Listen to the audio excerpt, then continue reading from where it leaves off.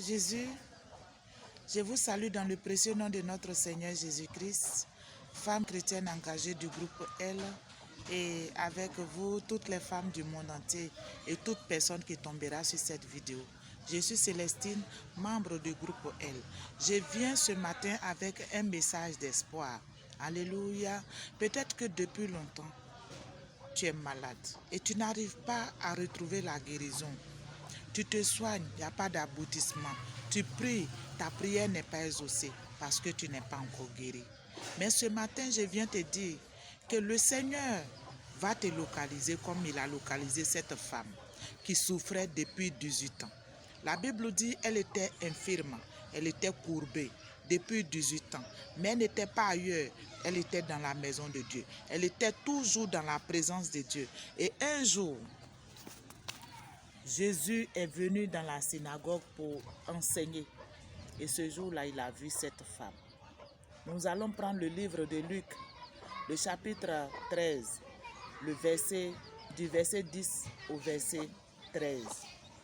La Bible dit, Jésus a vu cette femme et il a dit, femme, tu es délivrée de ton infirmité. Et il lui a imposé les mains et elle a été guérie. La Bible mentionne qu'elle était tout le temps dans la synagogue. Alléluia. Elle était tout le temps dans la synagogue. Elle ne changeait pas de position. Elle était là à la prière, dans la présence du Seigneur. Et un jour, le Seigneur a localisé cette femme. Et elle a été guérie de son infirmité. Alléluia.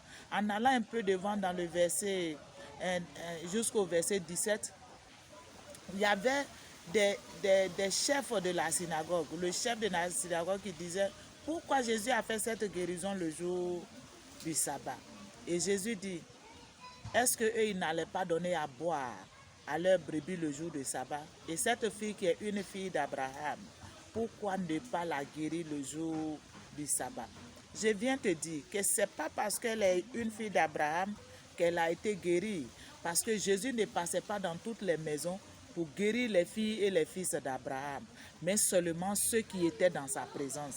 Alléluia. Persévère dans la présence du Seigneur. Prie véritablement ton Dieu.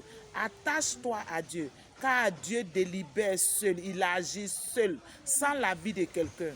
Donc, il faut t'attacher véritablement au Seigneur. Sois béni. L'armée de Dieu est en marche.